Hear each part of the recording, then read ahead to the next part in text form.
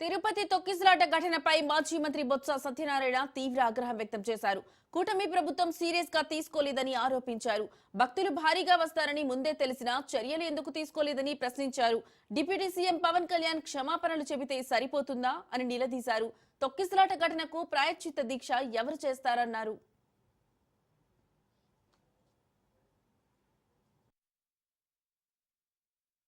ఈ జరిగిన సంఘటన అంతటిని దేవస్థానం బోర్డు అధ్యక్షులు ఉన్నారు, వారు అంటారు ఇది దైవ నిర్ణయం అని అంటారు.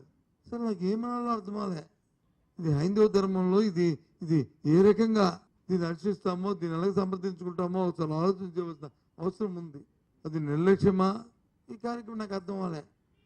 ఎక్కడికి వెళ్తుంది ఈ ప్రభుత్వాలు నాకు అర్థం అవ్వలే. నేను ఉప ముఖ్యమంత్రిగా వెళ్ళాను అక్కడికి. నేను ప్రజలకు అందరి తరఫున క్షమాపణ చెప్తున్నాను. ఇంకా ఈవో గారు చెప్పాలి, వాళ్ళు చెప్పాలి, వీళ్ళు చెప్పాలి అని ఆయన బాధ్యతగా ఆ క్షమాపణతో ఆయన సరిపెట్టేశాడు. ఆయన అప్పుడు లడ్డు ఇష్యూ వచ్చింది, మనందరూ తెలుసు. దానికి ఒక ప్రాయశ్చిత్త దీక్షను దీక్ష చేశారు, తెలుసు. ఇప్పుడు దీనికి ప్రాయశ్చిత్త దీక్ష ఎవరు చేస్తారు? క్షమాపణ అయినా ఏం దీక్ష ఉందా?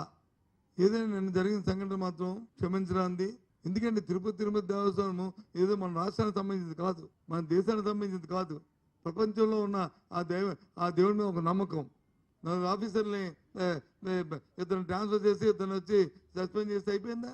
నేనైతే దీన్ని నా రిక్వెస్ట్, నా డిమాండ్ సుమోటివ్గా దీన్ని తీసుకొని వాళ్ళ ఆధ్వర్యంలో సిట్టింగ్ జడ్జిని వేసి, ప్రభుత్వం రాయక్కర్లే, వాళ్ళ ఆధ్వర్యంలోనే వేసి వాళ్ళు దీని మీద ఎంక్వైరీ చేయాలి. ఎవరో సమీక్షలు చేశారు, 8 రోజులు చేశారు, ఎందుకు చేయలేదు, చేస్తే ఎవరైంది, పోలీసు ఎక్కడికి వెళ్ళారు, ఎందుకు దాన్ని పర్యవేక్షణ చేయలేదు, ఎవరు దీనికి ప్రధాన బాధ్యత అనేది సుమోటివ్ తీసుకొని చేయాలనేది నా డిమాండ్. ఈ జరిగిన సంఘటన అంతటిని దేవస్థానం బోర్డు అధ్యక్షులు ఉన్నారు, వారు అంటారు ఇది దైవ నిర్ణయం అని అంటారు. సరే నాకు ఏమనాలో అర్థమాలే. ఇది హైందవ ధర్మంలో ఇది ఇది ఏ రకంగా